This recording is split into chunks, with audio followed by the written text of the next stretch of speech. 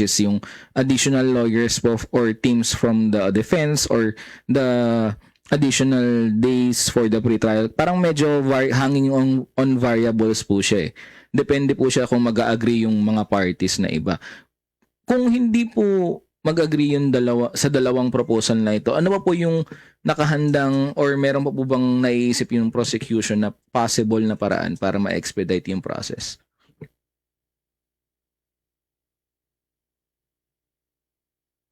Well, as of now, yun ang pinaka-solusyon na nakikita po namin, unless of course, meron pang may sasuggest ang defense at saka ang impeachment court. So, yun naman po ay aming proposal unless siyempre may mas maganda silang proposal. All right. Next question. Magandang hapon po. Ma'am, does the prosecution panel find the marking of the evidence stage taking longer than usual or taking longer than what the team expected? Well, we anticipated this because, of course, we are aware how voluminous our documents are, no? It's just when we realize that the documents of the defense is similar, that's when we realize that the time to be consumed for the marking will be doubled. Because almost the same document ang exhibits ng prosecution and defense, and then they made a position for the marking on separate set of documents. And with what is happening at the PTC, is there a risk that the July 6th start trial date may be pushed back? Well, I don't think, and that is why we are pushing for additional measures on how to expedite the marking of exhibits. Sana pumayag yung impeachment court, sana pumayag din yung defense, because I think we are aligned, we have expressed the common position to start the trial on July 6, no? So, tingin ko naman very much feasible yon, providing additional teams for the marking of exhibits. Right now, it's 4, sana maging 8. So, ito-double natin yung team. At instead of concluding on Thursday, kahit holiday or kahit rest day, like what Kong Joel said, we are requesting to consider Friday and Saturday also to continue the marking of exhibits for both the prosecution and the defense. And kung sakaling hindi ma-resolve itong concerns nga over the scheduling and the marking of the evidence, may risk po ba na madedelay yung start ng May next week pa, so I don't think that it will compromise the start of trial on July 6, no? As I have shared earlier, ang importante lang, ma-issue yung pre-trial order before July 6. Because this pre-trial order will be the guide for the parties and the impeachment court on how to conduct the trial, no? So, lahat ng nilalaman ng pre-trial order, ito yung magiging Biblia with respect to the upcoming trial, not only for the prosecution and the defense, but also for the impeachment court, no? So long as ma-issue ang pre-trial order before July 6, I am positive that we will be able to push through with the original schedule for the start of the trial. And last question po, will a timely start of the trial help the prosecution present its case po? And if so, how? Well, for me, the only reason why I'm really pushing for July 6 is because the people have been waiting for this for so long, no? I've said this before, the grounds in the first impeachment back in the 19th Congress and the grounds for impeachment during the present process is almost the same.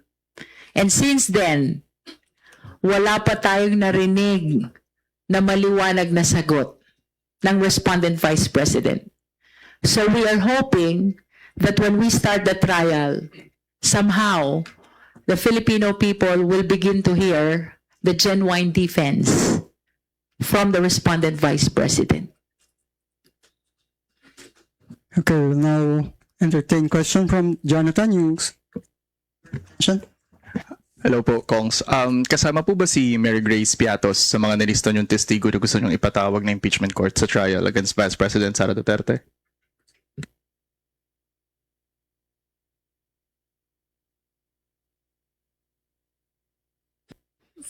Hindi po yata kami allowed na sagutin yan.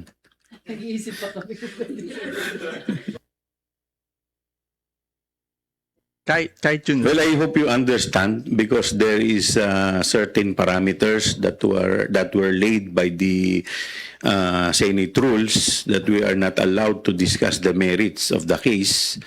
Kaya pasensya na po kayo kung bakit medyo limitado lamang ang aming mga pupwedeng sagutin. Pero makikita po ba yung ng publiko yung pre-trial brief ninyo? Well, I believe that since this is a public hearing, no? I wish to believe that the pre-trial order to be issued by the impeachment court will be shared to the public. No? Pero mas okay na sa kanila na lang manggaling kaysa sa amin. Thank you po. Wait lang po. Pwede pa sundot lang. Yes or no na lang po. Meron po bang kayong witness na magko-corroborate daw po nung testimonya ni Ramil Madriaga? So, sige na. Prosex, quick follow-up lang po dun sa tanong. Because Lead Prosec Luis Cho, your committee proceedings was called Fishing Expedition during the peak that it's running. But the same exhibits that were present there as confirmed by you is also being used by the defense who questioned the validity and credibility of those exact exhibits and they want it marked separately. Prosecutor Ridon said the same observation. Sabi niya, ito yung very exhibits na kine-question noon ng defense BP camp. What's your comment on this observation, ma'am? Well, I share the position of Kong Redon that somehow there is an operation of estoppel, which means that the fact that you are using the same documents, meaning you are waiving your questions as to their admissibility. Nonetheless, I cannot discuss deeper. In a more layman's term lang, I guess, for the public, ano pong insinuation? Siguro po pwede natin sabihin na dito hindi na nila po pwedeng questionin yung ebidensya na aming ipipresenta dahil ganun din ang ebidensya na kanilang isusumite. So parang inaamin na nila na itong ebidensyang to ay mahalaga para po dito sa hearing. So for the record po, is this a subtle admission that somehow, bago pa magsimula yung trial, lahat ng exhibits na galing sa Justice Committee at nilatag nyo doon ay totoo, credible, to the extent that they also want to use it?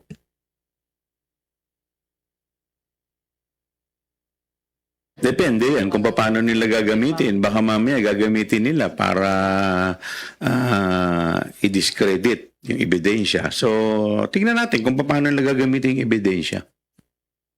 Alright, we'll now give the floor to Red Mendoza. Hi po, Kong. Good afternoon. Kong, may first question, Kong, kasi may lumabas na video si Attorney Bel Zamora about yung presentation nyo as prosecutors, and maraming nag-comment daw doon, sinasabi nila na saan daw nanggaling, sino nag-fund ng video na yon, and marami daw nagko-comment na bakit daw kailangan pa ng video ng prosecutors. What's your take po doon sa criticism na ba't kailangan pa ng magpakita ng video ang mga prosecutors doon or mag-introduce ang prosecutors through a video? Sino po nag-fund ng video na yon? Alam mo, maganda dito kasi sa nangyayari sa atin, dito sa impeachment, marami ang mga nagkukusa na mag-contribute in whatever way. In fact, may mga iba pa nga po na nagte-text sa amin na baka po pwede maging parte sila ng comms at sa sarili nilang effort, wala kaming gastos, ay sila rin. So ganun din dito, pati sa mga legal, marami pong hanggang ngayon may mga nagpipresenta pa rin po na maging parte. Kaya lamang po, pinipili lamang po namin lahat ang mga nagbo-volunteer. Pero kasi marami Kayo po, baka gusto niyo mag-volunteer din. Hindi po. Marami po kasi nagko-comment kasi na parang mas natatawa sila na bakit kailangan pang i-present niyo po yung sarili niyo sa prosecution while present niyo po sarili niyo sa media dahil everyday naman po nagpapakita, nag-present ng statements po ang House prosecution while ang defense naman po ay sobrang tahimik because they're following the process or they're following their Alam po ninyo, hindi mo naman mapipigilan kung ano yung mga gustong i-contribute ng mga tao eh. So in their own little way, gusto nila na makatulong. So siguro gusto rin nila kasi na gawin ito para ma-promote din itong impeachment, magkaroon ng kaalaman ang ating mga kababayan dahil syempre hindi naman po lahat nauunawaan kung ano po ito. Kaya may mga tao na gumagawa ng paraan ng mga interesado na sa kanilang tingin, ito yung po pwede nilang i-contribute para sa bayan. Second question po. You said po, Chair, na you propose po 62 days for the trial and sa defense po 30 days. I'd just like to ask lang po, why 62 days? Kasi there are some comments na ito, yung 62 days na trial date ay parang pinapahaba ninyo just to pull down the Vice President's ratings. Is it true or bakit po ang haba ng trial 62 days? Well, Yung defense po 30 days lang po. Nakita naman po ninyo paano mo ipepresenta yung 4,000 documents sa isang confidential fund kung 5 araw lang, 10 araw lang. Di po ba? So depende kasi yan sa dami ng testigo. Pero ito po kasi, hindi ibig sabihin porque 62 days ang aming pinropose, i-maximize namin yan. So pwede po dumating ang pagkakataon na sa tingin po namin, 2 articles pa lang ang aming naipepresenta pero matibay na ang ebidensya. Po pwedeng hindi na namin ipresenta yung ibang articles. So po pwedeng matapos na doon pa lamang. So kailangan mo siyempre i-maximize yung po pwede mong magawa dahil pag ikaw ay kinapos, mas delikado kasi ito pong number of days na ipepresenta po namin ay magiging parte po to ng pre-trial order. So, kagaya po na sinabi sa ating kanina ni Chairwoman Jinky, ang pre-trial order ay magiging Biblia. Ito po ay magiging roadmap ng impeachment hearing. So lahat po ng hindi nasama dito ay hindi na po pwede maipresenta. Kasama na po doon yung araw. So ibig sabihin, kung kinakailangan pa namin ng additional 10 days pero 62 days lang ang sinabi namin, wala na, hindi na po pwede. Hanggang 62 days lang yung maximum na po pwede naming ikonsumo. Okay. Last na lang po, and may iba tayo ng topic about doon sa school shooting doon sa Tacloban. There are calls na babaan daw ang age of criminal liability from 15 years old to 10 years old. What's your take po doon sa calls to decrease the criminal liability? Kasi nga medyo debatable yung topic na yun and yun nga dahil nga sa school shooting sa Tacloban. Alam po ninyo, maganda yung proposal na yan pero syempre kailangan alamin din natin, pakinggan din natin yung insights ng iba-ibang mga stakeholders, ng mga iba-ibang mga halimbawa ng DSWD, ng mga ibang mga eksperto po pagdating po dito. Okay, we have one more question. Follow-up lang po. Judea Bernardo po of DTV News. Meron po kasing initial na sagot si Attorney Michael Poa kahapon with the media regarding po dun sa adoption of common evidence witnesses. Sabi po niya, let me just quote, they are entitled to their own opinion. Yung mirroring, yung pag-adopt, hindi daw po tamang gamitin yung ganito pong salita. And then, he said that he can remember sabay daw po kayo nagpasa on the same day of the pre-trial brief. So, answer po ng prosecution. May I hear again who commented that? Si Attorney Michael Poa po. Reason why we use the term adoption is because the witnesses and the documents have been presented as early as during the 19th Congress. doon sa inquiry in aid of legislation ng Committee on Good Government and Public Accountability, then presided by Congressman Joel Chua. Even the other evidence have been presented during the hearing, clarificatory hearing before the Justice Committee. So indeed, all these pieces of evidence have been publicized already. And that is why, to our understanding, our list of evidence were adopted by the defense. Nevertheless, we acknowledge that fact that they have their prerogative and judgment to choose what evidence to present in support of their defense. Paano po pag hindi po sila sumagot dito formally? How will this affect your process din po sa impeachment? What do you mean hindi sumagot formally? Doon po sa, di ba pinapaspecify po natin sa kanila yung common witnesses. If they don't, We have manifested that to the impeachment court, and we submit to the discretion of the court as to whether they will order the defense or not in making more specific the purpose for the presentation of these witnesses. Okay, Jonathan, you have one last follow-up? I-rephrase ko lang yung question ko. At ganito na lang po. Do you expect to see Mary Grace Piatos sa impeachment trial?